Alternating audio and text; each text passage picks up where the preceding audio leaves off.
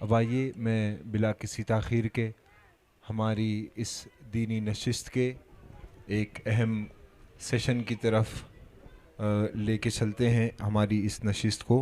आइए मैं खलीफ़ा हुज़ूर ताजुश्शरिया और हुज़ूर क़ाइद मिल्लत शाहज़ादा हुज़ूर महमूदुल उलमा हज़रत अल्लामा व मौलाना मुफ्ती मक़सूद अख्तरुल क़ादिरी साहब क़िबला के जनाब में अर्ज़ करूँ कि हुज़ूर माइक पर तशरीफ़ लाएँ और हमें बाहर शरीयत के दर्स से बहरावर फरमाएँ। आए हज़रत का इस्तक़बाल नारे तकबीर और रिसालत की गूंज में कर लेते हैं। नारे तकबीर, नारे रिसालत, नारे गौसिया, मसलके आला हज़रत खलीफ़ा हुज़ूर ताजुश्शरिया जमाअत रज़ाए मुस्तफ़ा।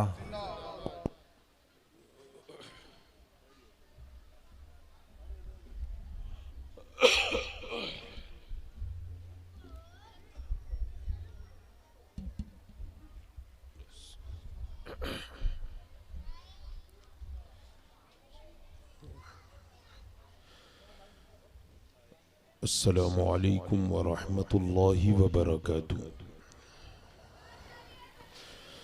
नहमदुहु व नुसल्ली व नुसल्लिमु अला रसूलिहिल करीम, अम्मा बअद, फ़अऊज़ु बिल्लाहि मिनश शैतानिर रजीम, बिस्मिल्लाहिर रहमानिर रहीम।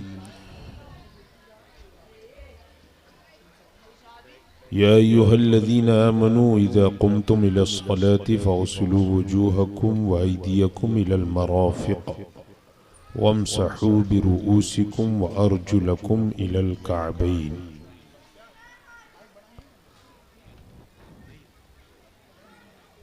वक़ाल अल्लाहु अज़्ज़ व जल इन्नस्सलात तन्हा अनिल फ़हशाइ वल मुनकर।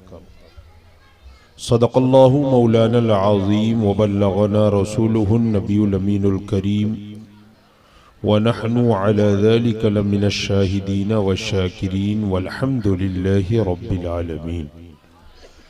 आइए सबसे पहले आक़ाए नामदार मदनी ताजदार रूही फ़िदा जनाब अहमद मुजतबा मोहम्मद मुस्तफ़ा सल्लल्लाहु तआला अलैहि वसल्लम की बारगाहे बेकस पनाह में हदिये दुरूद निछावर करें। अल्लाहुम्मा सल्लि अला सय्यदिना व मौलाना मुहम्मदिन मअदिनुल जूदि वल करम व आलिहिल किरामी व इब्निहिल करीमी व बारिक व सल्लिम सलातन व सलामन अलैका या सय्यदी या रसूल अल्लाह सल्लल्लाहु तआला अलैका वसल्लम।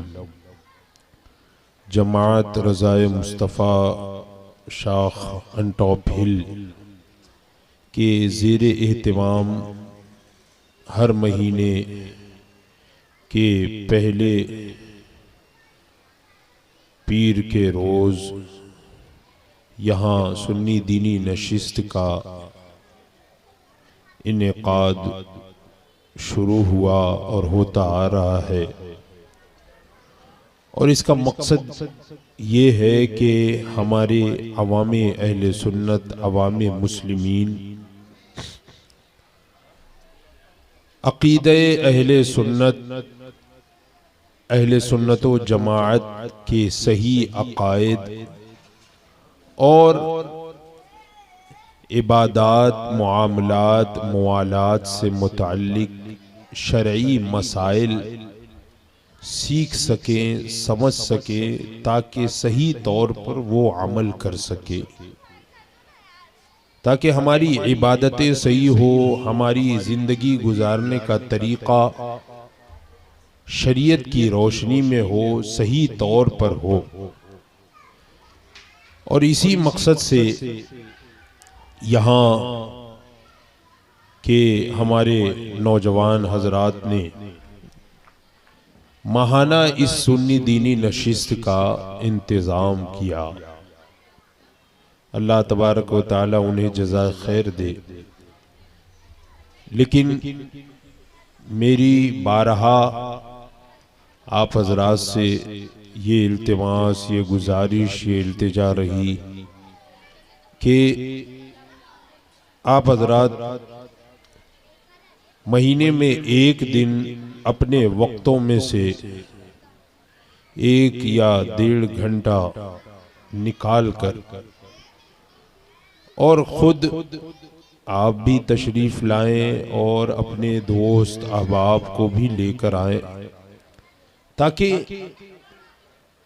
मसाइल शरइया से आगाही हो सके। लाइल्मी में बहुत से ऐसे अमल हमसे सरजद हो जाते हैं कि जो खिलाफ शरा होते हैं। हमें मालूम नहीं है कि ये शरीयत के खिलाफ है, ये काम नाजायज़ है या हराम है, या इस काम की वजह से नमाज टूट जाती है, फासिद हो जाती है, बातिल हो जाती है, मकरूह हो जाती है। हमें मसाइल मालूम नहीं है, तो हमें जरूरत है कि हम खुद इल्म दीन हासिल करें। हर एक मुसलमान पर ये इल्म दीन हासिल करना ये फर्ज है। तलबुल इल्म फरीदतुन अला कुल्ली मुस्लिम। इल्म का यानी इल्म दीन का हासिल करना हर मुसलमान पर फर्ज है। हर मुसलमान पर, हर इंसान जो कि साहिब ईमान है, उसे इल्म दीन का हासिल करना ये फर्ज है। क्योंकि जब इल्म हासिल नहीं करेगा, मसले मालूम नहीं करेगा, तो फिर उसे कैसे पता चलेगा कि हमारी इबादतें सही हो रही है या नहीं हो रही है, हमारी तहारत सही हो रही है या नहीं हो रही है, हमारा जिस्म पाक है या नापाक है। कितनी मिकदार में कोई निजासत लगे तो जिस्म नापाक कहलाएगा और कब पाक कहलाएगा।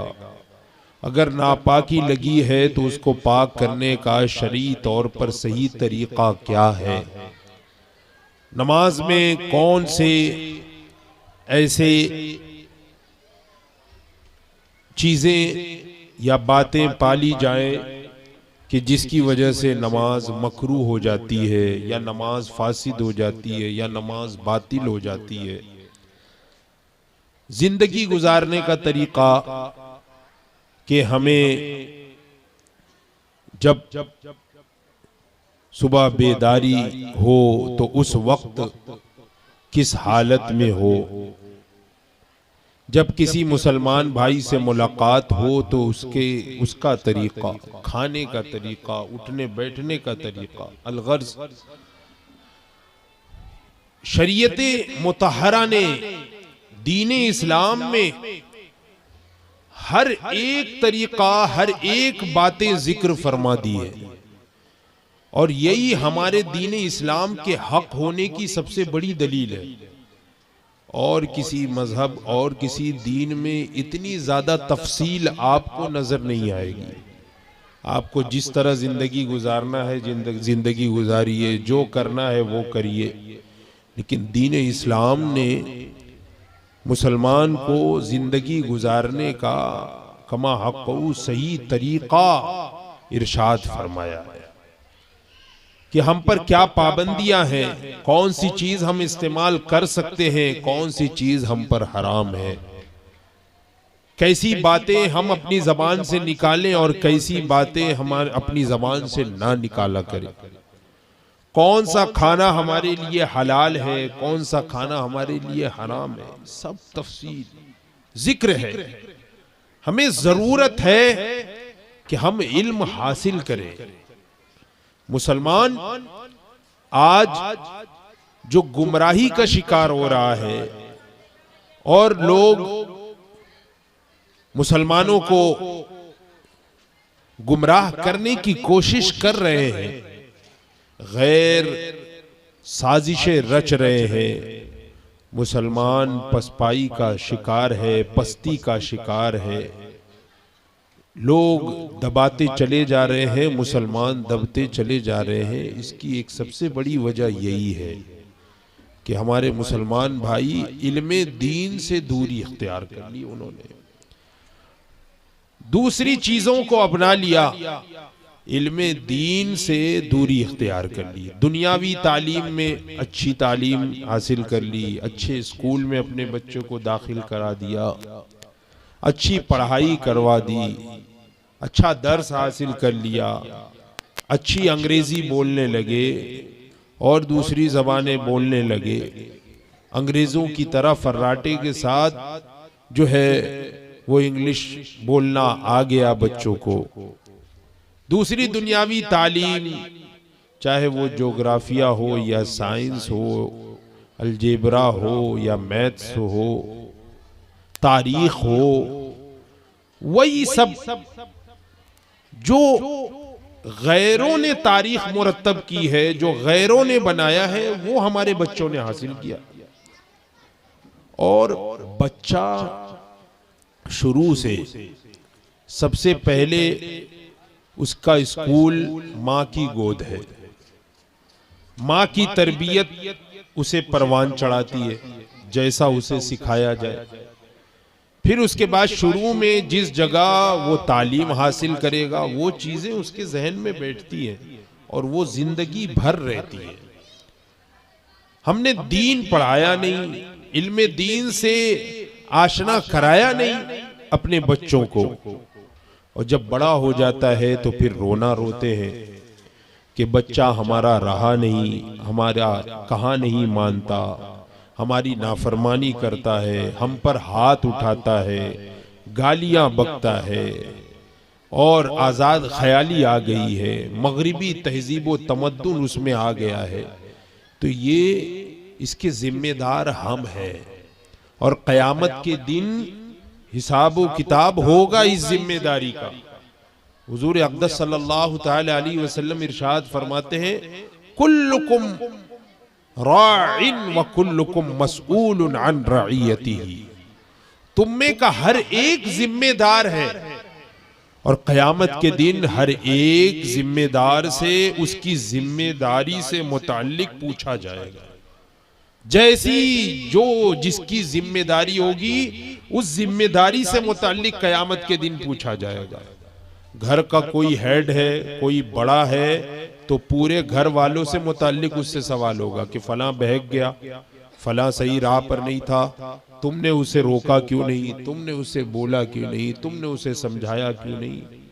इलाके का जो बड़ा है तो उससे उसकी रियाया से मुताल्लिक पूछा जाएगा। तो क़यामत के दिन हिसाब होगा, सवाल होगा, माँ बाप से भी सवाल होगा उनकी औलाद से मुताल्लिक कि तुमने अपनी औलाद को सही तालीम और तरबियत क्यों नहीं दी, उनको क्यों यहीं छोड़ दिया, तुमने क्यों नहीं हासिल किया। तो इसलिए ये वक्त को गनीमत जानिए, जिंदगी का कोई भरोसा नहीं है। हमारी जिंदगी एक पल हम यहाँ हैं, कब हमारा इंतकाल हो जाए हम नहीं जानते। यहाँ से उठने से पहले पहले हम दुनिया से उठ जाए मुमकिन है, कोई यकीन के साथ नहीं कह सकता है कि मैं इतने साल या इतने दिन या इतने घंटे या इतने मिनट में जी सकता हूँ, कोई यकीन नहीं है। अल्लाह तबारक व तआला के हुक्म पर हमारी जिंदगी, इज़ा जाअ अजलुहुम ला यस्तअखिरून साअतन वला यस्तक़दिमून, जब उनकी मौत का वक्त आ जाए तो अब मौत का वक्त ना ही ताखीर से होगा ना ही जल्दी होने वाला है। ताजील और ताखीर नहीं होगी, मौत का एक वक्त मुतय्यन है। तो मौत आ जाएगी, ये दुनिया आपने हासिल की, इसका क्या फायदा मिलेगा। जब तक आप जिंदा हैं, बाहयात हैं, आप दुनिया से फायदा उठाते रहेंगे। जो कुछ दुनियावी तालीम आपने हासिल की उसका फायदा सिर्फ दुनियावी जिंदगी तक है। जिंदगी खत्म, वो फायदा भी खत्म, और वो भी यकीनी फायदा नहीं है। जरूरी नहीं है कि बड़ी से बड़ी तालीम आपने दुनियावी हासिल कर ली, बच्चा जो है वो इंजीनियर बन गया, डॉक्टर बन गया, तो जरूरी नहीं है कि वो कामयाब ही हो जाए। बहुत से लोग अब भी नाकाम हैं, लेकिन दीनी तालीम अगर हासिल करे तो उसके लिए दुनिया भी कामयाब है, आखिरत भी कामयाब है, आखिरत में भी उसके लिए कामयाबी है। तो इसी मकसद के तहत यहाँ पर आप लोगों के लिए आप लोगों के लिए यहाँ पर ये सुन्नी दीनी नशिस्त का एहतमाम होता है ताकि जो जिंदगी गुजारने का तरीका है, जो मसाइल शरिया है, वो आपको सही तौर पर मालूम हो सके, आप अपनी जिंदगी अपनी इबादत उस तरीके पर कर सके, सही तौर पर मसाइल शरिया समझ सके। फायदा आपका है, फायदा हमारा नहीं है। मुझे अफसोस होता है कि इलाका मुसलमानों से भरा हुआ है, ये मुसलमानों का इलाका है और एक ज़ख़ीम इलाका है, कसीर तादाद में हम मुसलमान आबाद हैं, लेकिन चंद ही कुर्सियां हमारी भरी होती हैं, सब खाली होती हैं। ये अफसोस की बात है, अफसोस करने वाली बात है। हमें चाहिए हमारे मुसलमान भाइयों को अपने अंदर बेदारी लाने की जरूरत है। हर मजहब, हर कौम में आप देखिए बेदारी है। हर कौम अपनी कौम से जुदा नहीं है, एक कौम मुस्लिम को छोड़कर। कौम मुस्लिम जो है वो दूसरों के पीछे भागता चला जा रहा है।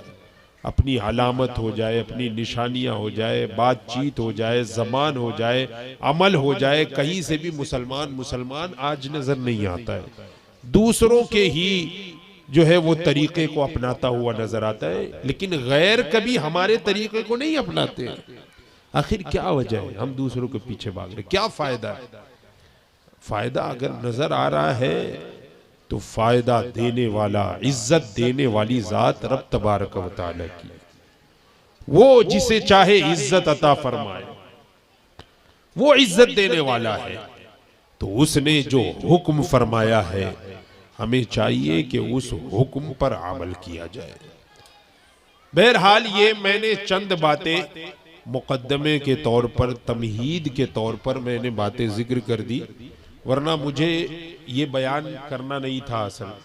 असल जो हुक्म मुझे हुआ और जिस लिए मैं यहाँ पर आया हूँ, तो वो ये था कि मैं नमाज वगैरह से मुतल्लिक चंद मसाइल आपको बताऊं। लेकिन मैंने जो मुलाहिजा किया, देखा, तो मैंने यही मुनासिब समझा कि पहले आप हजरात को कुछ तमहीदी कलिमात जिक्र कर दूं। आप के अंदर बेदारी लाए, अपने अंदर बेदारी लाए। आप खुद भी आए तो अपने साथ अपने दोस्तों को, अपने रिश्तेदारों को, अपने अहबाब को, जो लोग चाय की दुकान पर आपके साथ बैठते हो, उन्हें लेकर आए। पान साथ में खाते हैं या रोड पर गली के पास खड़े होकर घंटों घंटों गुजार देते हैं बातचीत में, हंसी मजाक में, खेल कूद में, टीवी देखने में, मैच देखने में और दूसरे तमाशे देखने में घंटों गुजार देते हैं। तो आप कुछ वक्त के लिए खुद आए तो अपने साथ अपने दोस्त अहबाब को भी लेकर आएंगे, तो उन्हें भी सवाब मिलेगा और जो लाने वाला है सबके बराबर उसे भी सवाब मिलेगा। सवाब में कोई कमी किसी के नहीं होगी। अल्लाह तबारक व तआला की रहमत तो अपने बंदों को ढूंढती है, पुकारती है। हदीस पाक में है कि हर रात में एक हिस्सा कि जब अल्लाह तबारक व तआला आसमाने दुनिया पर तजल्ली रहमत फरमाता है और उसकी रहमत अपने बंदों को पुकारती है कोई मगफिरत चाहने वाला कि उसे बख्श दिया जाए, है कोई रहमत का तलबगार कि उसे रहमत दी जाए, है कोई परेशान हाल के उसकी परेशानी को दूर किया जाए, है कोई रिस्क का तलबगार के उसे रिस्क दिया जाए, है कोई ऐसा, है कोई ऐसा। अल्लाह की रहमत तो पुकार रही है, लेकिन हम दूर हैं। तो इसलिए मुसलमानों, हमें चाहिए कि हम इल्मे दीन हासिल करें, दीन मुस्तफ़ा सल्लल्लाहु ताला अलैहि वसल्लम से करीब होने की कोशिश करें, मसाइल शरिया सीखे, ताकि हमारी इबादत, हमारे मुआमलात, हमारे मुआलात, ये सब सही तौर पर शरीयत मुतहरा की रोशनी में सही तरीके पर अंजाम पा सके। अल्लाह तबारक व तआला हम तमाम लोगों को सही मसाइल शरिया सीख कर उस पर अमल करने की तौफीक अता फरमाए। अब आइए एक मरतबा दुरूद शरीफ पढ़ लीजिए। अल्लाहुम्मा सल्ली अला सय्यिदिना व मौलाना मुहम्मद मअदिल जूदी वल करम वालिही वसाबिही वबारिक वसल्लिम सलातन व सलामन अलैका या सय्यदी या रसूल अल्लाह सल्लल्लाहु तआला अलैका वसल्लम। नमाज के शराइत से मुताल्लिक इससे पहली वाली नशिस्त में आपने कुछ मसाइल जो है वो समाअत किए थे। आज मैं चंद मसाइल नमाज फासिद करने वाली चीज़ों से मुताल्लिक कि नमाज किन चीज़ों से टूट जाती है, फासिद हो जाती है या मकरूह होती है, चंद जो ज़रूरी मसाइल हैं समझने के, सीखने के, वो बताना चाहूँगा बाहर शरीयत की रोशनी में। हुजूर सदरुल शरिया बदरुत तरीक़ा अल्लामा अमजद अली आज़मी अलैहि रहमत व रिज़वान अपनी किताब मुस्तताब बहार शरीयत के तीसरे हिस्से में नमाज को फासिद करने वाली चीज़ों का बयान इरशाद फरमाते हैं कि कलाम यानी बात करना ये मुफसिदे नमाज है। यानी नमाज में अगर जिस तरह हम बात करते हैं वैसे नमाज की हालत में किसी से बात कर ली तो इससे नमाज फासिद हो जाती है, नमाज टूट जाती है। कुछ लोगों को ये भी देखा गया कि जहालत की वजह से, लाइल्मी की वजह से नमाज की हालत में मोबाइल पे फ़ोन आया तो मोबाइल उठाकर और मैसेज कर लिया या फ़ोन पे जो है वो कुछ कह दिया, इस तरह से। तो कलाम ये मुफसिदे नमाज, बात अगर आपकी ज़बान से निकली, जो आम तौर पे कलाम किया जाता है, बातचीत की जाती है, तो इसकी वजह से नमाज फासिद हो जाती है। अब ये जो कलाम है, जो बात आपकी ज़बान से निकली, चाहे आपने जानबूझकर निकाली हो, चाहे वो गलती से निकल गया हो, जैसे कि जो है आप नमाज की हालत में हैं और जो है सामने किसी शख्स को आपने देखा, वो जा रहा है और जो है ऐसे ही गलती से आपकी ज़बान से निकल गया कि रुक जाओ या देखो या जैसी भी बात हो, तो गलती से भी अगर ज़बान से खतान भी अगर नमाज की हालत में कोई कलाम आपकी ज़बान से निकला या सहवन भूल कर हो गया हो कि आपको याद नहीं हो कि आप नमाज में हैं और कोई कलाम आपकी ज़बान से निकला, तो उसकी वजह से नमाज फासिद हो जाती है, नमाज टूट जाती है। अब ये कलाम जो आपने किया, वो चाहे खुशी से किया हो या किसी ने बात करने पे आपको मजबूर किया हो, जो भी हो, जिस हालत में भी, नमाज की हालत में अगर आपने कलाम किया तो नमाज फासिद हो जाती है। जैसे कि मिसाल के तौर पे आप नमाज में कुछ पढ़ना चाह रहे थे, क़िराअत वगैरह करना चाह रहे थे, अल्हम्दु शरीफ मिसाल के तौर पे सूरह फातिहा पढ़ना चाह रहे थे और गलती से जो है वो आपकी ज़बान से कोई बात निकल गई, गलती से ज़बान से अल्हम्दु की जगह कोई बात निकल गई, तो इसकी वजह से भी नमाज फासिद हो जाती है। अब ये कलाम जो है, इसमें कलील और कसीर का फर्क नहीं है कि आप जो बात करें, आपकी ज़बान से जो बात निकली वो थोड़ी सी थी या लंबी थी, पूरा जुमला था कि लफ्ज़ था, इसकी कोई इसमें इम्तियाज कोई फ़र्क नहीं है। वो कलाम चाहे इस्लाहे नमाज के लिए हो या ना हो। मिसाल के तौर पे इमाम साहब को बैठना था और इमाम साहब जो है वो खड़े हो गए। अब मुक्तदी ने जल्दी में जो है वो देखा तो जबान से निकल गया कि बैठना है या बैठ जाइए। इस तरीके से जबान से अगर निकल गया तो नमाज फासिद हो जाएगी। यानी जबान से कलाम निकला तो इसकी वजह से नमाज टूट जाती है, नमाज फासिद हो जाती है। अब ये कलाम जो जबान से निकला तो इसमें जरूरी है कि इतनी आवाज में निकला हो कि कम अज कम वो खुद सुन सके। अगर सिर्फ जबान हिली, आवाज नहीं निकली, तो उसकी वजह से नमाज फासिद नहीं होगी। इतनी आवाज होना चाहिए कलाम में कि कम से कम आप उस आवाज को सुन सकते हो। अगर कोई माने ना हो, शोर शराबा ना हो, तो आप उसे सुन सके। अगर इतनी आवाज है कम से कम, तो इसकी वजह से जो है वो नमाज फासिद हो जाएगी। ऐसे ही नमाज पूरी होने से पहले भूल कर अगर किसी ने सलाम फेर दिया, नमाज अभी मुकम्मल नहीं हुई थी और भूल के, जैसे कि मिसाल के तौर पे इमाम साहब के साथ पीछे नमाज पढ़ रहा है, एक रकात या दो रकात के बाद आया था, तो उसे चाहिए था कि जब इमाम साहब सलाम फेर दे तो ये खड़े होकर बकिया रकातें पूरी करे, लेकिन भूल से इमाम साहब के साथ उसने सलाम फेर दिया। तो भूल से अगर कोई सलाम फेर दे तो इसमें हर्ज की बात नहीं है। यानी अगर भूले से उसने अस्सलाम वालेकुम व रहमतुल्लाह, अस्सलाम वालेकुम व रहमतुल्लाह दोनों सलाम भी फेर दिया, तब भी इसकी वजह से उसकी नमाज फासिद नहीं होगी। हाँ, अगर जानबूझकर ऐसा किया है तब उसकी नमाज खत्म हो जाएगी। जानते हुए उसने सलाम फेरा कि मैं नमाज खत्म कर रहा हूं, तब तो नमाज फासिद हो जाएगी।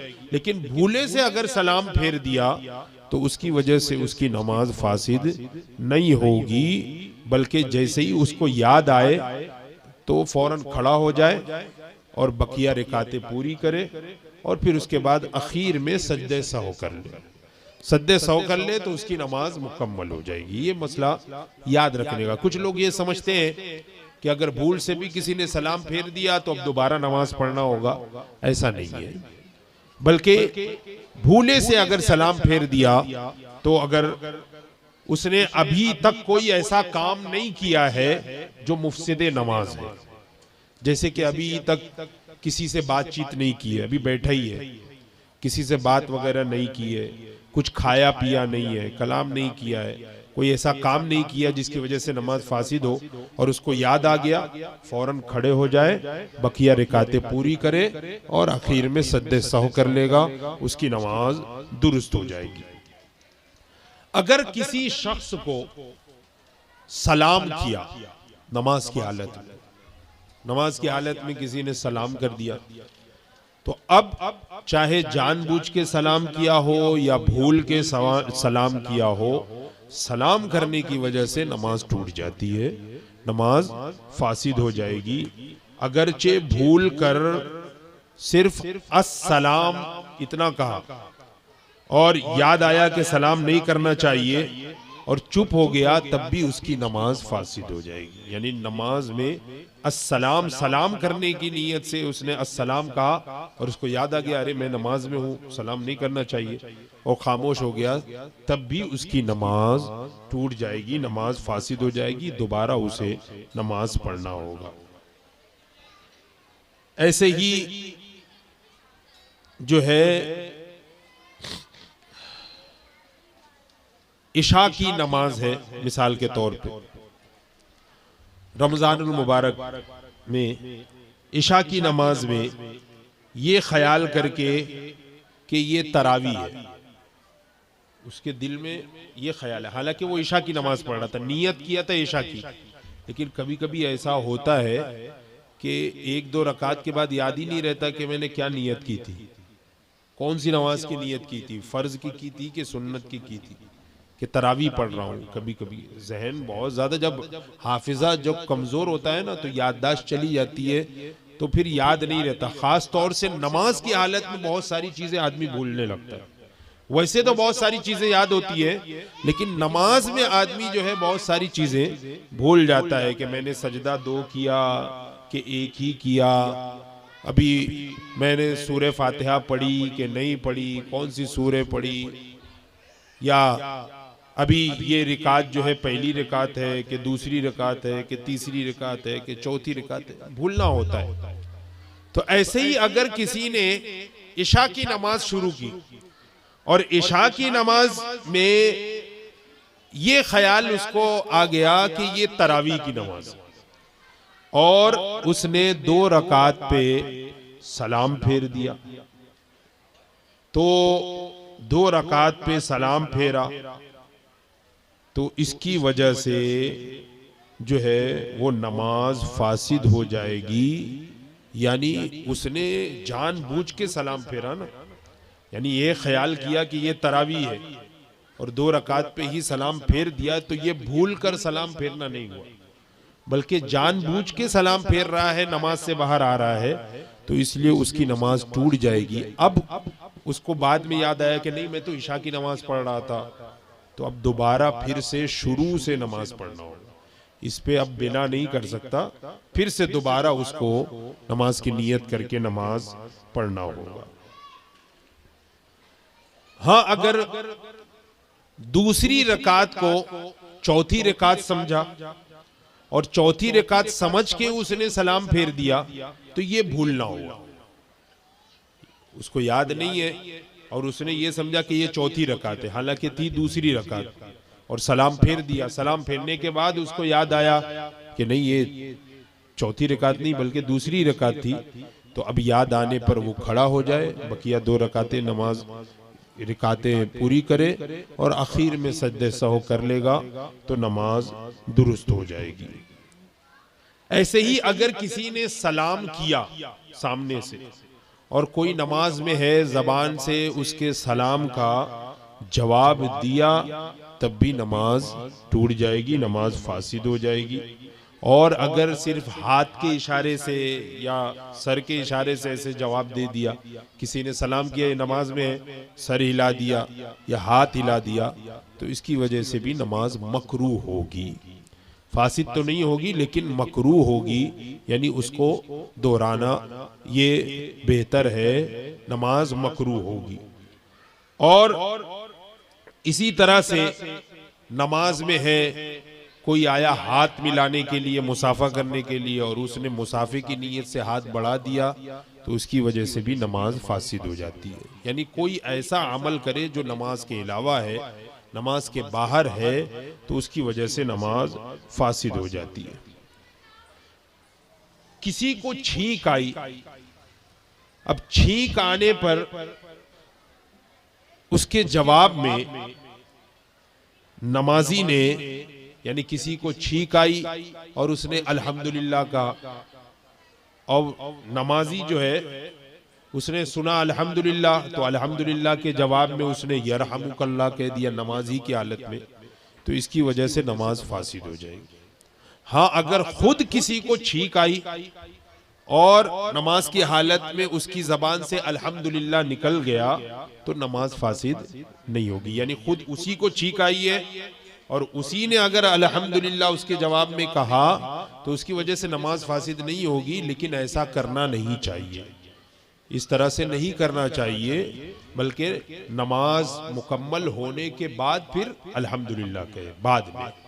नमाज के अंदर अल्हम्दुलिल्लाह ये छींक के जवाब में ना कहे।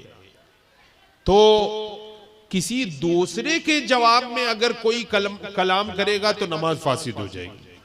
खुद उसको छींक आई और अपने लिए अगर अल्हम्दुलिल्लाह कहा, तो उसकी वजह से नमाज फासिद नहीं होगी। ऐसे ही कोई खुशी की खबर मिल गई, ये नमाज ही पढ़ रहा था और सुन लिया उसने कोई खुशी की खबर और उसी में उसने अल्हम्दुलिल्लाह कह दिया, तब भी नमाज फासिद हो जाएगी। किसी के जवाब में खबर सुनकर अगर जवाब की नीयत से नहीं कहा, बल्कि ये जाहिर करने के लिए कि मैं नमाज में हूँ, किसी को ये जाहिर कर रहा है कि मैं नमाज की हालत में हूँ, इसलिए जोर से अल्हम्दुलिल्लाह अगर कहा, तो इसकी वजह से नमाज फासिद नहीं होगी। यानी एक होता है किसी को बताना, जैसे कि मिसाल के तौर पे कोई आगे से जा रहा है, तो अब जोर से उसने अल्हम्दुलिल्लाह कह दिया, या जो पढ़ रहा था वो जोर से पढ़ने लगा, ये बताने के लिए कि मैं नमाज की हालत में हूँ, मेरे आगे से मत गुजरो।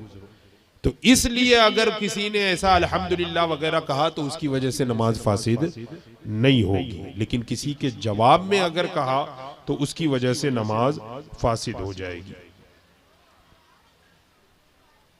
ऐसे ही और भी बहुत सारे कलाम हैं, जैसे बुरी खबर सुन के इन्ना लिल्लाहि व इन्ना इलैहि राजिऊन पढ़े, या और भी कोई दूसरे अल्फाज, अगरचे ये कुरान के ही अल्फाज है। इन्ना लिल्लाहि व इन्ना इलैहि राजिऊन ये भी कुरान में है, अल्हम्दुलिल्लाह ये भी कुरान में, अल्हम्दुलिल्लाहि रब्बिल आलमीन, हालांकि ये कुरान में है, लेकिन किसी के जवाब में ये कह रहा है, किसी खबर को सुनकर और उसके जवाब में ये कह रहा है, तो इसकी वजह से नमाज फासिद हो जाएगी। ये चीज जो है वो अच्छी तरीके से याद रखिएगा। फिर आगे फरमाते हैं हुजूर सदरुश शरिया कि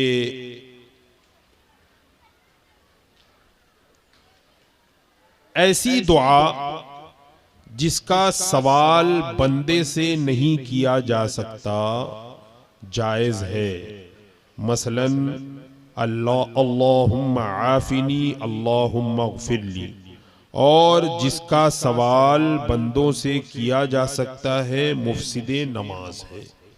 यानी नमाज की हालत में जब आप अत्तहियात पढ़ेंगे, तशहुद पढ़ेंगे, उसके बाद दुरूद इब्राहिमी पढ़ेंगे, फिर दुआए मासूरा पढ़ते हैं, तो दुआए मासूरा में अब ऐसी दुआ भी आप जो है वो कर सकते हैं, आपके लिए जायज है कि जिसका सवाल बंदों से नहीं किया जा सकता, किसी इंसान से उसका सवाल नहीं किया जा सकता। जैसे कि जो है ए अल्लाह मुझे खाना खिला दे, ए अल्लाह मुझे खाना दे दे, तो ये बंदों से भी ये सवाल किया जाता है कि मुझे खाने के लिए कुछ दे दे। तो इस तरह की अगर दुआ है कि बंदों से भी उस तरह का सवाल किया जा सकता है या जाता है, तो ऐसी दुआ अगर नमाज में उसने पढ़ी अरबी में तो नमाज फासिद हो जाएगी। और अगर सिर्फ और सिर्फ अल्लाह ही से वो दुआ की जाती है, जैसे कि अल्लाह मेरी मगफिरत फरमा, अरबी जबान में, जैसे कि अल्लाहुम्मा आफिनी अल्लाहुम्मा गफिरली वगैरह, तो इसकी वजह से नमाज फासिद नहीं होगी। सिर्फ ऐसी दुआ हो, मगफिरत वाली दुआ, आफियत वाली दुआ, अल्लाह की रहमत हासिल करने वाली दुआ, तो उसकी वजह से नमाज फासिद नहीं होगी। मरीज के जबान से अब एक और मसला यह है कि जबान से मिसाल के तौर पे उफ, ओह, आह, इस तरह से कोई आवाज निकल गई, तो अब ये अल्फाज दर्द की वजह से निकले या मुसीबत की वजह से निकले या आवाज से कोई रोने लगा नमाज में, और नमाज में रोने की वजह से इस तरह के अल्फाज, इस तरह के हुरूफ पैदा हो गए, आह या ओ या उफ, तुफ वगैरह, या जिस तरह के भी, तो इन सब सूरतों में नमाज टूट जाती है, नमाज फासिद हो जाती है। जैसे कि कांटा चुभ गया और तकलीफ की वजह से उसने आह या उफ नमाज में ही अगर इस तरह की आवाज निकाला कि दो हर्फ जाहिर हो गए, जबान से निकल गए, तो उसकी वजह से नमाज टूट जाती है। हाँ, नमाज में सिर्फ रोया, आवाज नहीं निकली तो इसमें कोई हर्ज नहीं, आंसू निकले लेकिन आवाज नहीं निकली तो कोई हर्ज नहीं है, लेकिन आवाज से कोई रोने लगा ऊ करके, तो अब इसकी वजह से नमाज फासिद हो जाएगी।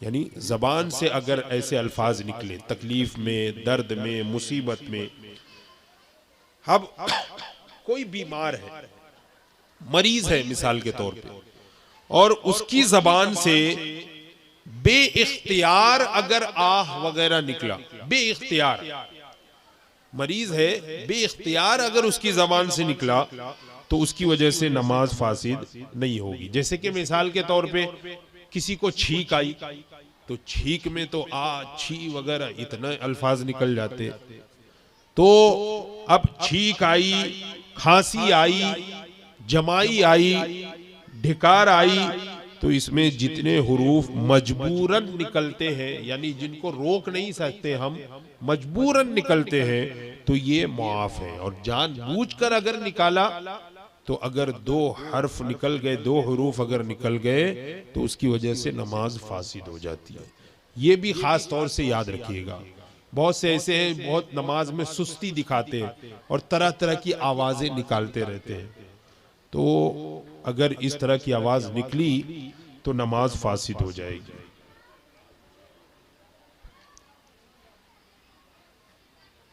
ऐसे ही कोई गला साफ करने के लिए नमाज में खखार रहा है ताकि गला साफ हो जाए, तो खखारने में जब 2 हर्फ जाहिर हो, जैसे ऐसे किया, तो अब 2 हर्फ जाहिर हो तो इसकी वजह से नमाज फासिद हो जाएगी। लेकिन इसके लिए शर्त ये है, ये उस वक्त फासिद होगी जबकि उज्र ना हो, कोई उज्र ना हो। और अगर उज्र से हो, सही गर्ज हो, मिसाल के तौर पे जैसे कि आवाज ही नहीं निकल रही है, गला बैठ गया है, आवाज ही नहीं निकल रही है, जब तक कि वो खखारेगा नहीं, गला साफ नहीं करेगा, उस वक्त तक आवाज उसकी निकलेगी नहीं। तो अब अगर गर्ज सही की वजह से अगर इतने अल्फाज निकल गए तो जो है उसकी वजह से नमाज फासिद नहीं होगी। जैसे कि आवाज साफ करने के लिए इमाम साहब जो है वो ऐसी आवाज निकाले तो इसकी वजह से नमाज फासिद नहीं होगी।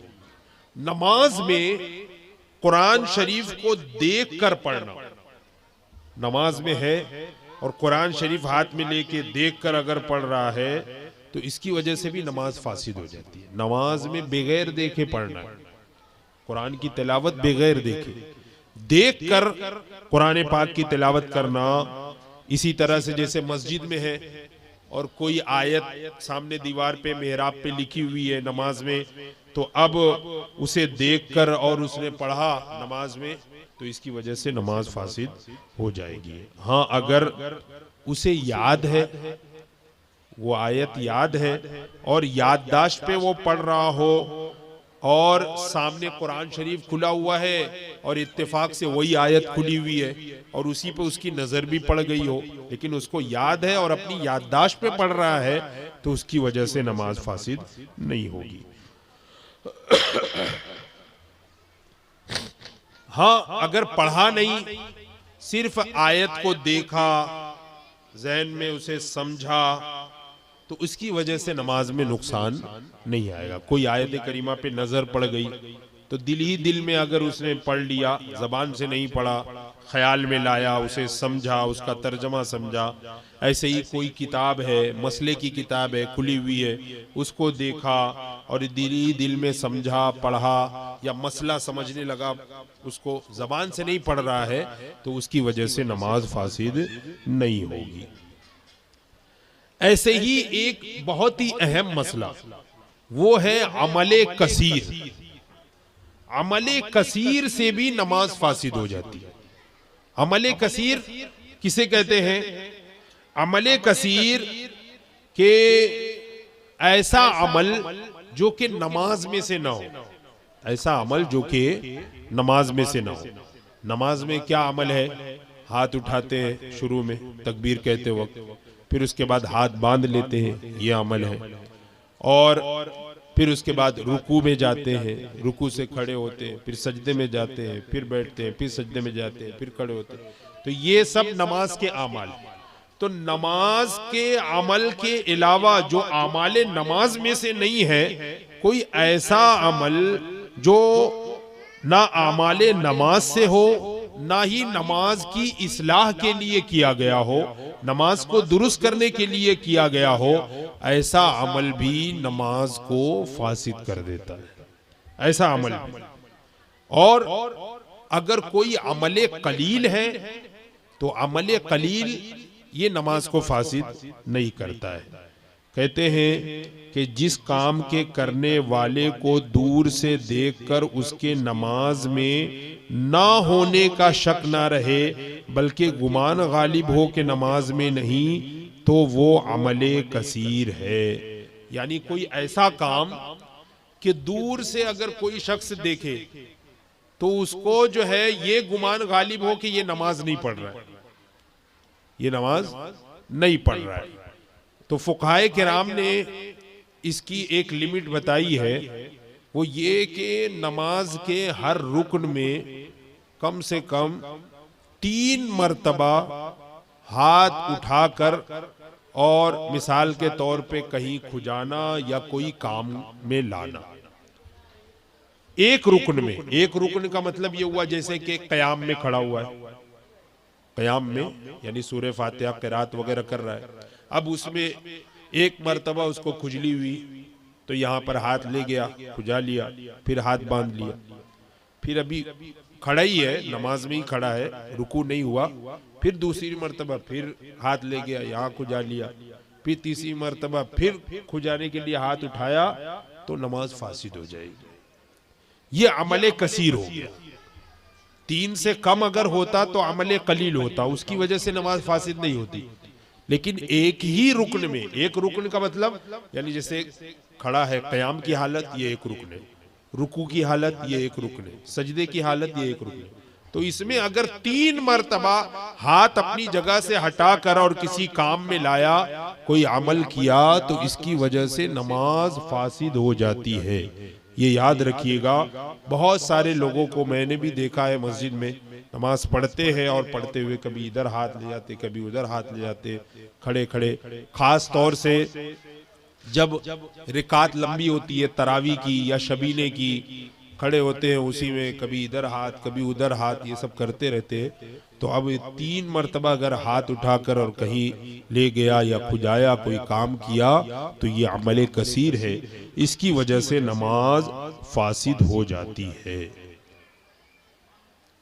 ऐसे ही नमाज की हालत में जो है तहबंद वगैरह बांधा, तो इसकी वजह से भी नमाज फासिद हो जाती है। नापाक जगह है कोई, नापाक जगह पे कोई चीज रखी हुई नहीं है, कोई चीज बिछी हुई नहीं है, और उसी जगह पे अगर उसने सजदा किया तो इसकी वजह से भी नमाज फासिद हो जाएगी। जैसे कि जमीन है और मालूम है कि ये नापाक है, यानी आपके सामने किसी जानवर ने पेशाब कर दिया या वहां पर निजासत लगी हुई है, और अगर उस जगह पर उस जमीन पे जो है बगैर हाइल के सजदा किया, पेशानी वहां लग गई, तो उसकी वजह से नमाज फासिद हो गई। अगरचे उस सजदे को पाक जगह पर फिर से कर ले, इआदा करे, फिर भी नमाज फासिद हो जाएगी। यूं ही हाथ या घुटने सजदे में नापाक जगह पर अगर रखा तो उसकी वजह से भी नमाज फासिद हो जाएगी। खड़ा हुआ जिस जगह, हाथ जहां पे रखा, घुटने जहां पे रखा, तो अगर नापाक जगह है तो उसकी वजह से नमाज फासिद हो जाएगी। ऐसे ही सत्र खुला और सत्र खोले हुए या बकदरे माने निजासत के साथ पूरा रुकन अदा करना या 3 तस्बीह का वक्त गुजर जाना, यानी सत्र खुल गया।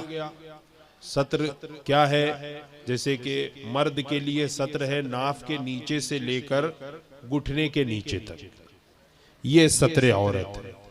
तो अब सत्र यूं ही खुला हुआ है और उसको सही नहीं किया, अगर कोई हिस्सा सत्र का खुला हुआ है उसको सही नहीं किया तो इसकी वजह से भी नमाज फासिद हो जाएगी। हाँ, अगर हवा वगैरह आई और थोड़ा सा हट गया, फौरन उसने सही कर लिया, तो उसकी वजह से नमाज फासिद नहीं होगी।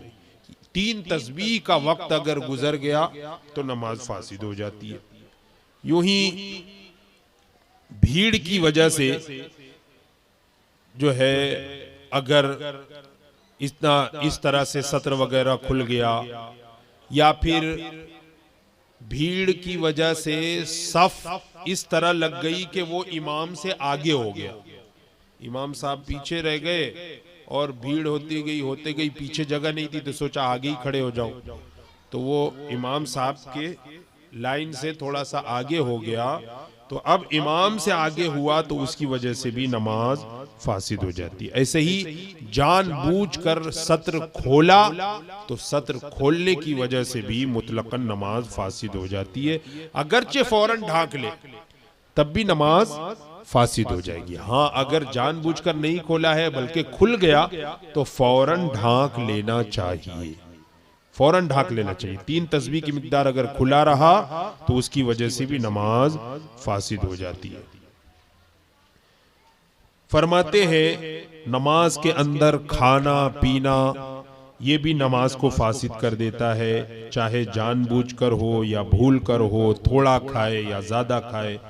यहां तक कि अगर तिल अगर है बगैर चबाए निगल लिया या कोई कतरा उसके मुंह में गिरा और उसने निगल लिया तो भी नमाज जाती रही। यानी बाहर एक तिल के बराबर कोई चीज रखी हुई है और बाहर से उसने मुंह में लिया या मुंह में उसके चला गया और उसने उसको खा लिया, निगल लिया, या एक कतरा पानी का भी नमाज की हालत में उसके मुंह में गया और उसने उसको निगल लिया तो उसकी वजह से भी नमाज फासिद हो जाती है। हाँ, अगर पहले से उसके मुंह में कुछ है, जैसे कि कभी कभी होता है आमतौर पे इफ्तार करने के बाद रमजान शरीफ में मगरिब की नमाज पढ़ने जाते हैं और उससे पहले खूब अच्छे से खाते हैं और खाकर सही तरीके से कुल्ली वगैरह नहीं करते, या कुल्ली कर भी लेते हैं तब भी कुछ जर्रात जो है वो मुंह में या दांत में फंस जाते हैं और नमाज की हालत में वो निकल के आ जाते हैं। तो अब अगर उसको खा लेगा तो क्या उसकी वजह से नमाज फासिद नहीं होगी? क्यों? इसलिए कि वो पहले से मुंह में। हाँ, नमाज की हालत में बाहर से मुंह में डाला या मुंह में कोई चीज गई और उसको निगल लिया, अगरचे तिल के बराबर हो या एक कतरा पानी के बराबर हो, तो नमाज फासिद हो जाएगी। और अगर पहले से मुंह में है तो चने की मिकदार या चने से ज्यादा अगर है तब नमाज फासिद होगी, और अगर उससे कम है, आमतौर पे मुंह में चने की मिकदार तो लेके कोई नमाज पढ़ेगा नहीं, तो थोड़ा बहुत जो दांत वगैरह में अगर लग गया है, अगर वो नमाज की हालत में उसने निगल लिया तो उसकी वजह से नमाज फासिद नहीं होगी। तो फरमाते हैं कि दांतों के अंदर खाने की कोई चीज रह गई थी, उसको अगर निगल लिया तो अगर चने से कम है तो नमाज फासिद नहीं होगी, मकरूह होगी, और चने के बराबर है तो नमाज फासिद हो गई। ऐसे ही अगर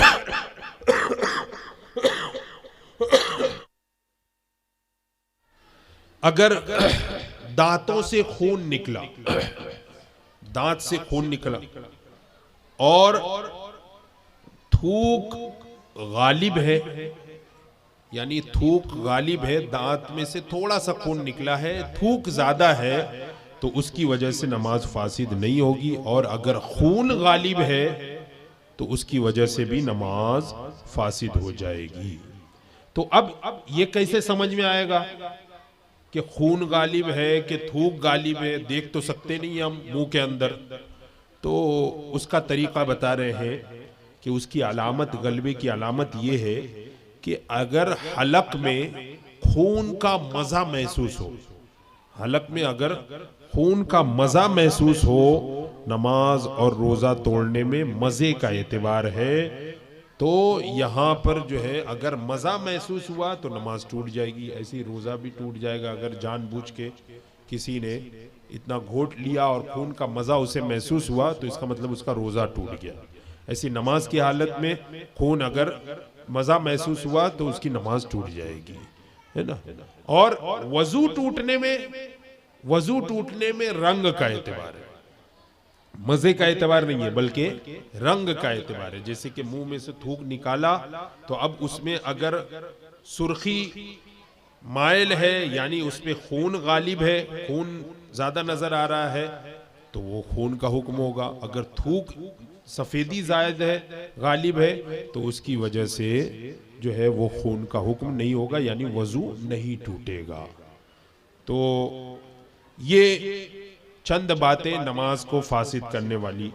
ऐसे ही जो है अपने सीने को किबले से फेर देना, घूम जाना।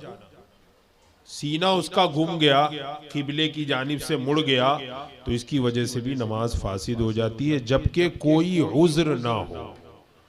यानी जबकि इतना फेरे कि सीना खास जिहते काबा से 45 डिग्री हट जाए। कितना हट जाए? 45 डिग्री। 45 डिग्री आप समझते हैं ना? 45 डिग्री समझते हैं या नहीं? 45 डिग्री यानी यूं समझ लीजिए कि टोटल जो होता है वो 360 डिग्री होते हैं, ऐसे गोल। ये होता है 360। 360 का आधा जो होगा तो वो होगा 180, 180 डिग्री। ये आधा हुआ। यानी अब यहाँ मुंह करके इधर मैं बैठा हुआ हूँ, तो इस तरफ ये और ये पूरा हो गया 180, हाँ 180 डिग्री। और फिर इसका आधा नारे तकबीर, नारे रिसालत।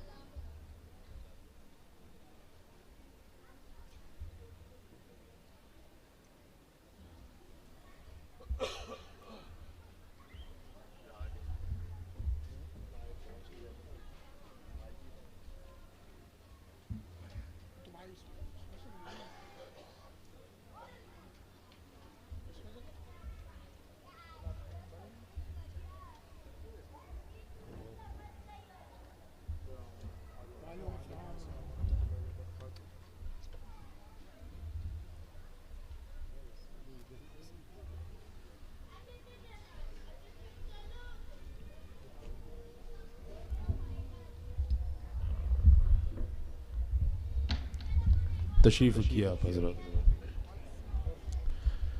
तो इंशाअल्लाह तबारक व तआला भी कुछ ही देर में आप हजरत काजी शहर मुंबई हुजूर महमूदुल उलमा के ज़बानी आप अपने सवालात के जवाब हासिल कर सकते हैं।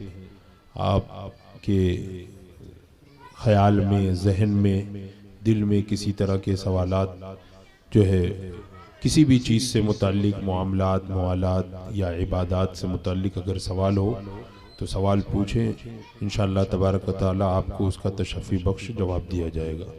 तो मैं बस ये आखिरी बात जो है वो कहकर और ये बात अपनी गुफ्तगू ख़त्म करूं कि आप हज़रात ने डिग्री समझ लिया, तो अब ये हो गया 180 डिग्री, यानी आधा। 180 का आधा जो होता है वो 90 डिग्री होता है, और 90 डिग्री का आधा ये 45 डिग्री होता है।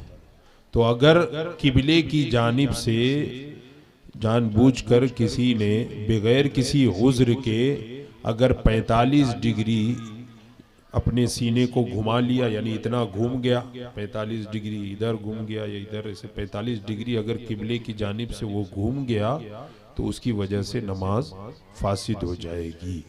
जिहते काबा यानी किबला जो है, जिहते किबला उसकी तरफ से 45 डिग्री अगर दाएं या 45 डिग्री बाएं इस तरह अगर घूम गया तो उसकी वजह से नमाज फासिद हो जाती है। तो ये मैंने चंद मसले नमाज को तोड़ने वाले, नमाज को फासिद करने वाले मसले मैंने ज़िक्र कर दिए हैं, जो ज़रूरी भी है। इंशाअल्लाह आइंदा भी नमाज से मुताल्लिक चंद मसाइल ज़िक्र किए जाएंगे। मेरी आप हज़रात से दरख्वास्त यही है, वक्त की पाबंदी के साथ आप हज़रात तशरीफ़ लाएँ और कसीर तादाद में आने की कोशिश करें। खुद भी आएँ, अपने दोस्त अहबाब रिश्तेदारों को भी अपने साथ यहाँ लेकर।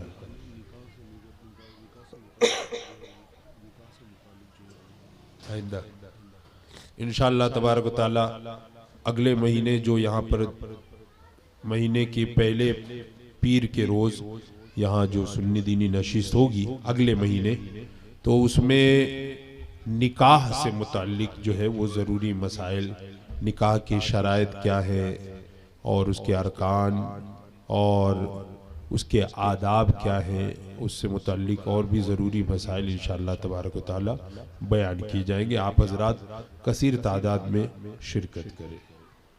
अस्सलामु अलैकुम।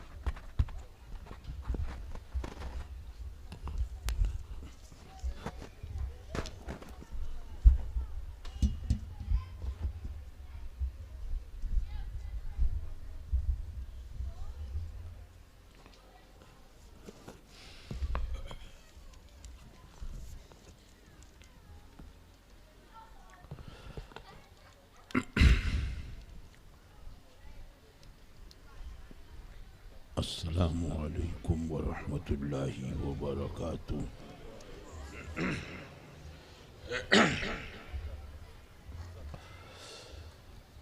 नहमदुहु व नुसल्ली व नुसल्लिमु अला हबीबिहिल करीम, अम्मा बअद, अऊज़ु बिल्लाहि मिनश शैतानिर रजीम, बिस्मिल्लाहिर रहमानिर रहीम। कुल हल यस्तवील्लज़ीना यअलमूना वल्लज़ीना ला यअलमून।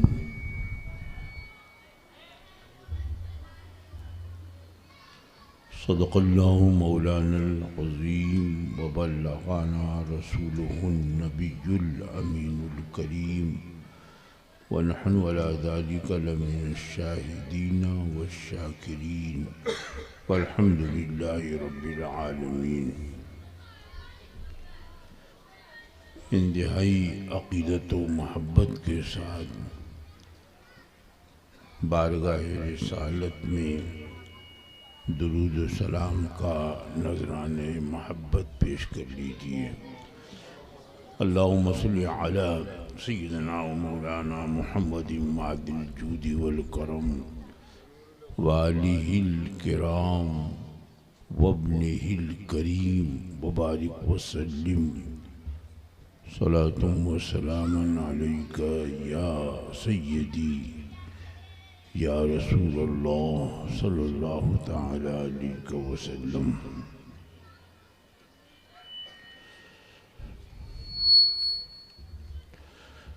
इल्म दीन का हासिल करना हर मुसलमान खा मर्द हो कि औरत उस पर फर्ज है।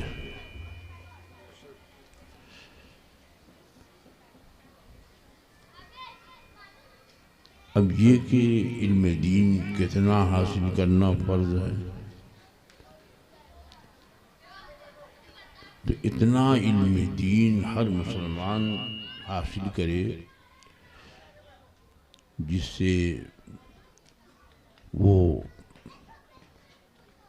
फ़राइज़ व वाजिबात को, दिगर इबादात को सही तरीक़े पर अदा कर सके, हराम और हलाल के दरमियान फ़र्क कर सके, ताकि वो हलाल का इस्तेमाल करे और हराम से बचे। इतना जानना हर मुसलमान के लिए ज़रूरी है। अगर उसने नहीं सीखा और अनजाने में उसने गलतियां की, तो ये उज़्र नहीं होगा कि मुझे नहीं मालूम था। कि अल्लाह ने आपको आज़ाद और मुकल्लफ बनाया है, आप ग़ुलाम नहीं हैं किसी के, आज़ाद हैं। और आप बचपन की उस उम्र से लेकर जिस उम्र में बच्चे समझने लगते हैं क्या करना चाहिए क्या नहीं करना चाहिए, इतनी उम्र में भी आप पर नमाज रोज़े फ़र्ज नहीं हुए थे जब तक कि आप बालिग नहीं हो गए। पैदा होते ही या बच्चा